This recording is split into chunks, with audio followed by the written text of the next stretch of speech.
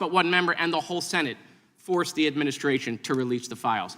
Kash Patel under oath said to Senator Kennedy, "The FBI is not in possession of any credible evidence that Epstein trafficked girls to anyone but himself." We know now that's not true. According to documents, Epstein had a worldwide sex trafficking ring.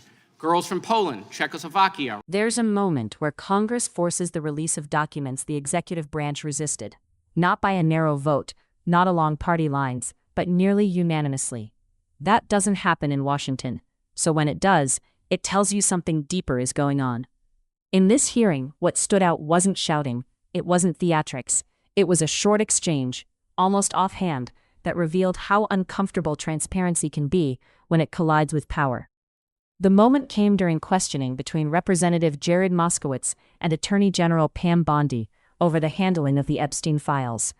And the tension wasn't about personality. And an Intercept article from February 2nd, 26, Trump calls his enemies terrorists. Does that mean he can kill them? Without objection, the gentleman from Florida is recognized. Thank you, Mr. Chairman. Good morning, Attorney General Bondi. Good afternoon. Oh, you're right. Good afternoon. It's been a long day. I wrote this morning.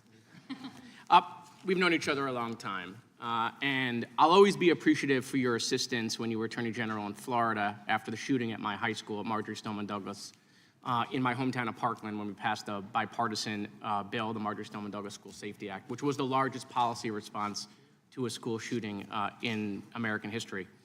Your department also prosecuted to the fullest extent of the law a constituent of mine and former felon that had plans to kill me when he was picked up by law enforcement after he was target practicing in his backyard with 2 rifles, a scope, a silencer, 3,000 rounds of ammunition, an anti-Semitic manifesto. My name was the only name on their target list, and my kids found out about this from their friends at school. So thank you. However, the most transparent administration in American history. Before Trump, we didn't know the word transparency, apparently. It's been 12 months since you gave Republican influencers part 1 of the Epstein files. You said the list was on your desk. Then a memo came out and said that there was no list. Phase 2 of the binders never happened. The President of the United States says the Epstein thing is a hoax. He blasts his own base for wanting the release of the files. He blamed Barack Obama. Republicans voted against the release of the files in the Rules Committee. Then they refused to even return to the Rules Committee until they could be protected from future votes on the release. Speaker Johnson sends Congress home a day early before break. They sent the Deputy Attorney General to meet with Maxwell. She says something favorable about the president. Miraculously, she gets transferred to a minimum security facility.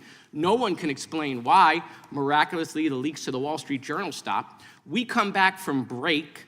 We have the Massey discharge petition. Republicans drop a rule, a non-binding resolution trying to kill the Massey discharge petition. The White House says passing the Massey discharge petition is a hostile act. Trying to stop the necessary 218 signatures, according to Republican members that signed it, the White House brought them into the Situation Room, you know, the place where the president goes for time of war, promising things like appropriations or maybe even to primary them. People in the room say you were there. It didn't work. We get the 218 signatures. We eventually passed the Massey petition. You guys didn't release the files.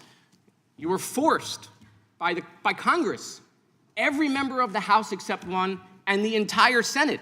The reason the president signed it is because it was a veto-proof majority. We can't agree on anything, and yet the entire House but one member and the whole Senate forced the administration to release the files. Kash Patel under oath said to Senator Kennedy, "The FBI is not in possession of any credible evidence that Epstein trafficked girls to anyone but himself." We know now that's not true. According to documents, Epstein had a worldwide sex trafficking ring. Girls from Poland, Czechoslovakia, Russia, Paris, modeling agencies sending him girls. He even had a relationship with a summer camp where he groomed girls at a picnic table. Ghislaine Maxwell says 29 Epstein associates cut secret DOJ deals. Turns out there is a list. 6 names readily available if you unredact them. Co-conspirators named, but we got them when you unredact them. Maxwell recently tells a House Oversight Committee that she wants clemency to release more names. Kash Patel under oath said Trump's name appears less than 100 times in the files. We now know that's not true. Trump's name appears more times in the Epstein files than God's name appears in the book about God. Okay, by the way, this is the Trump Bible. Move over, King James.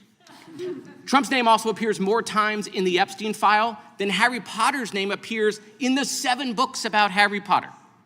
Lutnick says that in 2008, he went to Epstein's home, says he had a massage table in the living room, that Epstein said he got one every day, that it was the right type of massage.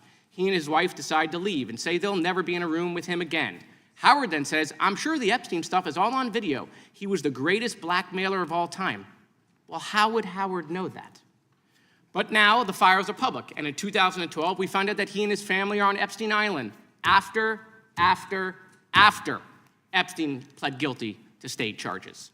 I'm from Florida. I take my family to Disney World, not to Epstein Island. There are documents in the files that dispute the president's claim that he kicked Epstein out of his club. Allegedly, the president said that he asked Epstein to leave. Supported now, that's disputed, though, statements from the manager of the club. Now, Madam Attorney General, I have like 25 seconds left. So because I'm curious, and I'd like to see, flip to the Jared Moskowitz section of the binder.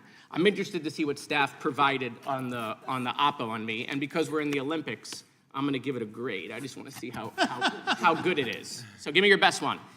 So first of all, nothing is funny about mocking the Bible and holding up a Trump Bible. That's what you did. You made a joke, and I find offense to that. That's all I have to say. I want it from the burn book. Shame. I want it from the burn book. Which is the best one? What you got?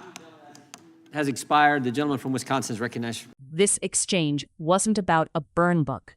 It was about whether transparency is voluntary or forced. When Congress must override resistance with overwhelming majorities just to see documents, something in the system isn't working as designed. That's bigger than any one hearing, and it's bigger than any one administration, because in the end, institutions survive on credibility. Once that starts to slip, no rebuttal line, sharp or offended, can restore it.